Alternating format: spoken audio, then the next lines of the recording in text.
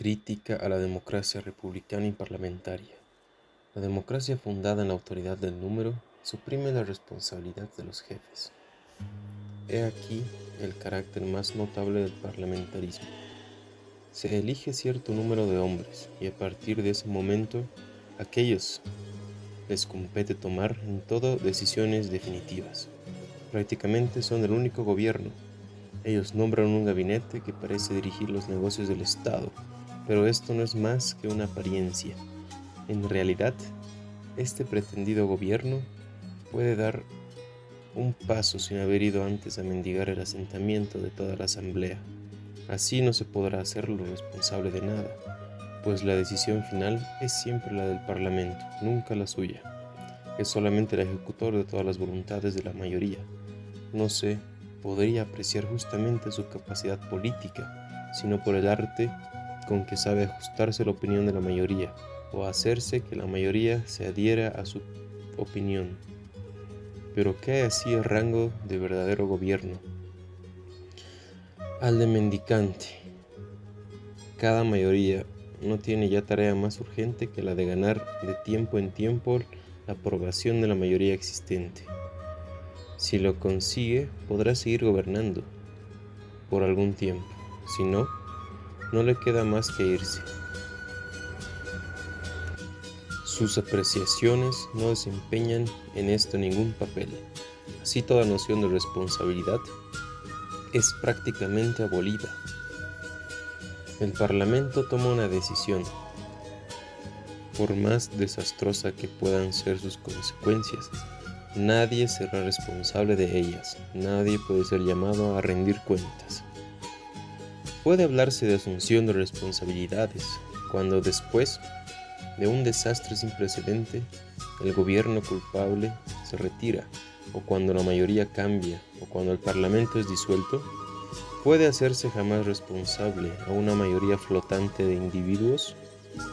La idea de responsabilidad tiene alguna significación.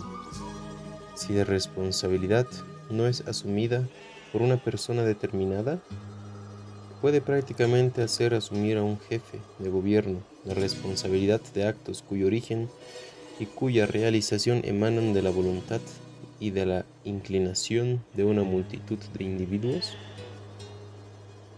¿Qué debe hacer el político? ¿No logra ganar con halagos el favor de esa muchedumbre? ¿Debe comprarla? ¿O bien, ante la estupidez de sus conciudadanos, debe renunciar a emprender las tareas cuyas necesidad vital ha reconocido? Nuestro principio parlamentario de la mayoría no debe acarrear la destrucción de la noción del mando. ¿Es posible todavía creer que el progreso venga, por poco que sea, del cerebro de una mayoría y no de la cabeza de un hombre? Degradación de los caracteres por la democracia. En el fondo de esta admirable invención de la democracia se puede observar un fenómeno que se manifiesta en nuestros días escandalosamente, con cada vez mayor intensidad: la cobardía de la mayoría de nuestros pretendidos dirigentes. Qué suerte cuando deben tomar decisiones importantes, la de poder ampararse bajo la protección de una mayoría. Es preciso haber visto una vez a uno de estos bandidos de la política mendigar humildemente antes de cada una de sus decisiones. La aprobación de la mayoría asegúrase así las complicidades necesarias y poder en todos los casos desligarse de toda responsabilidad. Un hombre de honor, un hombre de corazón, no puede menos de experimentar odio y repugnancia por semejantes métodos de actividad política. Por tales métodos atraerán a todos los caracteres mediocres. En este ambiente, lealtad es sinónimo de estupidez. Así, un diputado que haya comenzado por ser más o menos honrado se verá fatalmente arrastrado a la vía de la mentira y del engaño. Los programas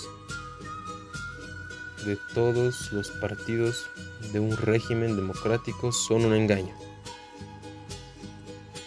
La única preocupación que determina fatalmente, ya sea el establecimiento de un programa nuevo, ya sea la modificación del anterior, es la preocupación de las próximas elecciones.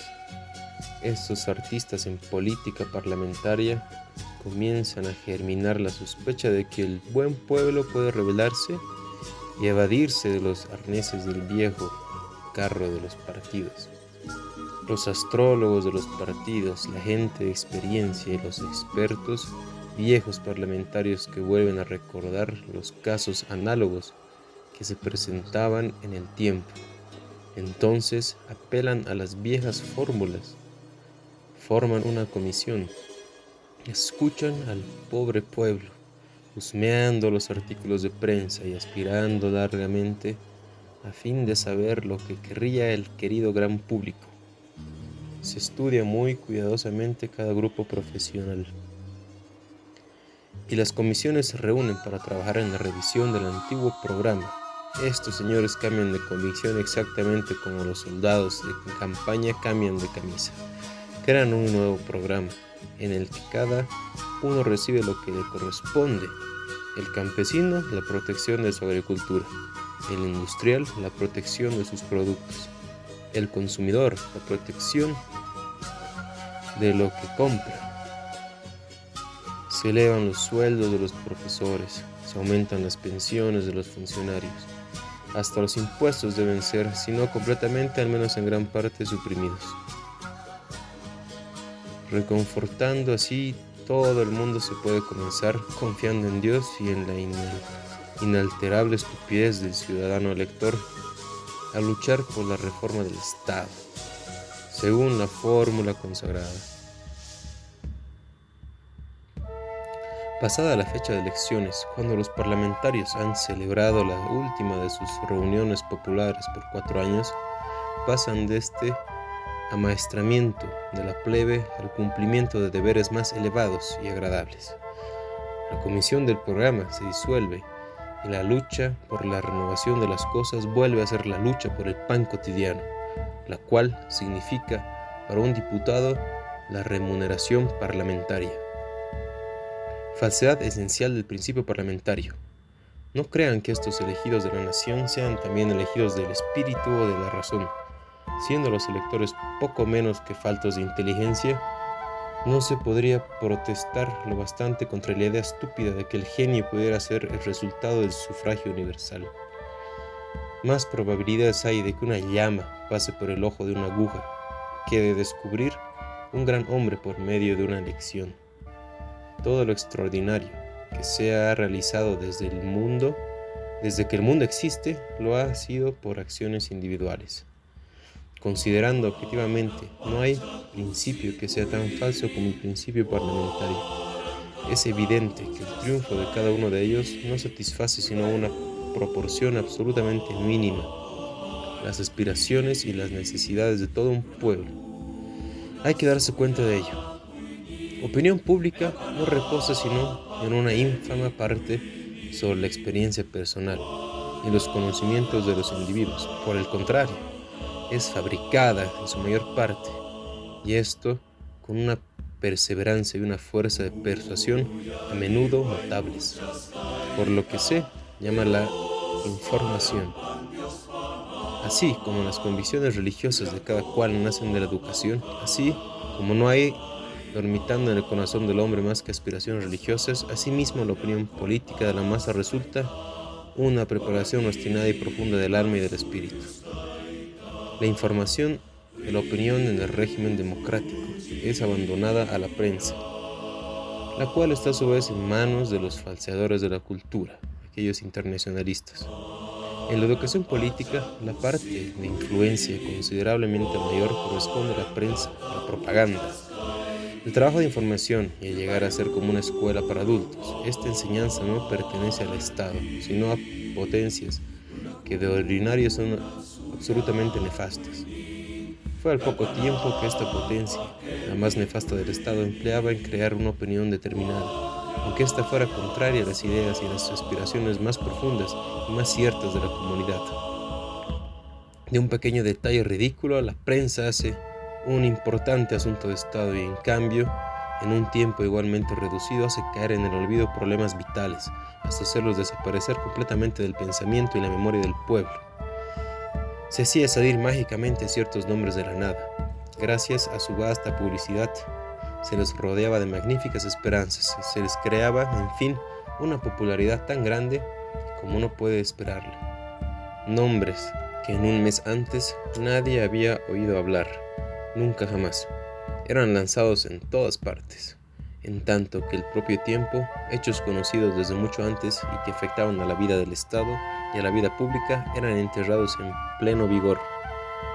Con la ayuda de una varita mágica, las más viles y vergonzosas calumnias sobre el blasón inmaculado de un hombre de honor, entonces se podrá honrar como lo merece a estos peligrosos pillos de los diarios. Y ahí la banda que fabrica la opinión pública, de donde nacerán más tarde los parlamentarios, como Venus nació de la espuma de las olas. La democracia es un instrumento de la dominación del falsador de la cultura. Nuestro parlamentarismo democrático no quiere en modo alguno reclutar una asamblea de sabios, sino reunir un grupo de nulidades intelectuales, tanto más fáciles de conducir en una dirección determinada cuanto más limitado sea cada individuo. Solamente así pueden conducir una política de partidos, el único medio para que el que mueve los hilos pueda permanecer prudentemente al abrigo sin ser jamás constreñido a asumir sus responsabilidades. Así nunca ninguna decisión nefasta al Estado será cargada a la cuenta de un bellaco conocido de todos, sino sobre la espalda de todo un partido. Así desaparece en realidad toda responsabilidad, pues bien se puede hacer responsable a una persona determinada, pero no a un grupo parlamentario de charlatanes. El régimen parlamentario no puede satisfacer sino a espíritus disimulados, que temen por sobre todo obrar a plena luz, pero será siempre detestado por todo hombre honrado y recto, que tiene el gusto de las responsabilidades. Esta forma de democracia ha llegado a ser pues el instrumento favorito de esta raza, que alimenta constantemente proyectos ocultos, y que en todo tiempo tiene las mayores razones para temer la luz. Solo el falseador de la cultura y sus mascotas fraternas pueden armar una institución y amarla como esta inmunda y trapacera que es esta. A esta concepción se opone la verdadera democracia boliviana. En Mayeco, el jefe libremente elegido debe reclamar la responsabilidad entera de todas sus acciones. Esta democracia no admite que todos los problemas sean resueltos por el voto de una mayoría. Uno solo decide y enseguida es responsable de su decisión, con sus bienes y con su vida. No admite que cualquier arribista pueda llegar por vías tortuosas a gobernar a sus compatriotas. La explotación del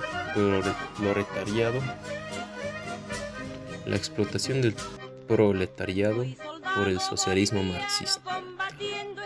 Nacimiento del proletariado. Nuevas masas de hombres que ascienden a millones de individuos han abandonado el campo para ir a las grandes ciudades a fin de ganarse la vida en calidad de obreros de fábrica en las industrias recientemente creadas. Esta nueva clase ha vivido y trabajado en condiciones más que miserables, una adaptación más o menos automática de los antiguos métodos de trabajo del artesano y del cultivador. Era imposible, el papel del tiempo era secundario, es de primer plano en los modernos métodos de trabajo. La antigua duración del trabajo en la gran industria tuvo un efecto desastroso. No se empleaban los métodos actuales de trabajo intensivo de 14-15 horas, eran entonces soportables, pero en una época en que cada minuto es utilizado al máximo, nadie podría resistirla. Arruinó la salud de los obreros y destruyó su fe en su derecho superior. Hay que renegar estas faltas. Por una parte, la lamentable insuficiencia de los salarios y por la otra, la prosperidad tanto más notoria de los empleadores. La inseguridad del salario cotidiano, una de las más graves plagas sociales. Su explotación por los marxistas.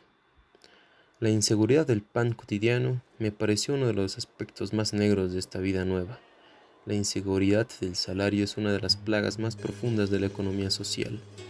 El joven campesino parte para la ciudad atraído por un trabajo que le dicen es más fácil, que tal vez lo sea en realidad, y cuya duración es más corta.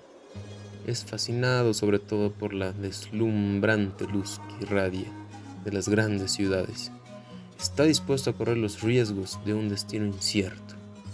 Lo más a menudo llega a la ciudad con un pequeño peculio y no se desalienta si en los primeros días la mala suerte hace que no encuentre inmediatamente trabajo.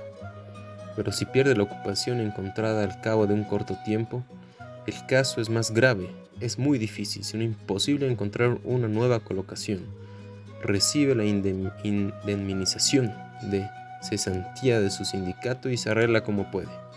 Una vez gastado su último centavo, viene la gran miseria. Ahora hambriento se le ve aquí y allá. Vende o lleva al prestamista prenda sobre prenda, todo lo que le queda.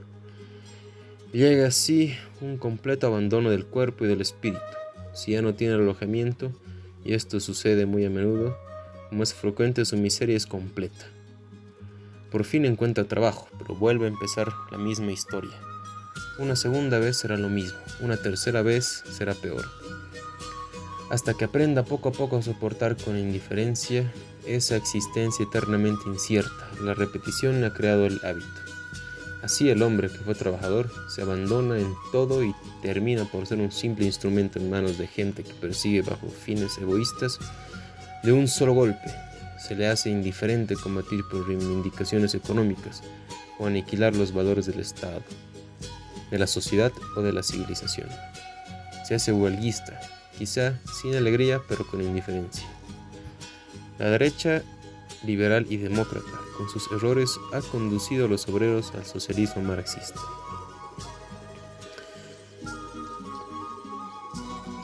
Más en las nuevas generaciones, sobre todo la influencia de la gran ciudad, todavía se encuentran en ellas numerosos jóvenes cuya naturaleza esencialmente sana triunfa sobre las bajezas habituales de la vida. Si esa buena gente llena de ánimo pone su actividad política al servicio de los mortales enemigos del pueblo, es porque no comprende ni puede comprender toda la bajeza de la doctrina de esos enemigos. En el fondo de ellos mismos son adversarios del socialismo. Mientras los partidos de derecha tomaban posición contra toda reivindicación social, esta torpe negativa de intentar nada por mejorar la condición obrera, esta vasta mayoría de gente pobre, no solo en las ciudades, sino a lo largo de nuestros caminos y en los pueblos abandonados en todo el territorio boliviano. Esta negativa hizo no poco para lanzar a las masas a las redes del socialismo internacionalista, esta última vez teñido de indigenismo. He ahí el culpable. Los socialistas practican ciertas tácticas: intolerancia, terrorismo sobre la masa.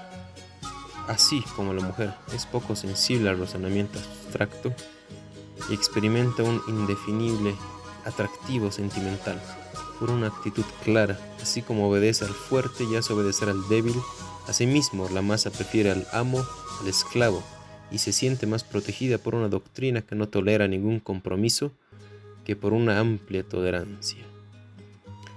Terrorismo intelectual sobre la derecha.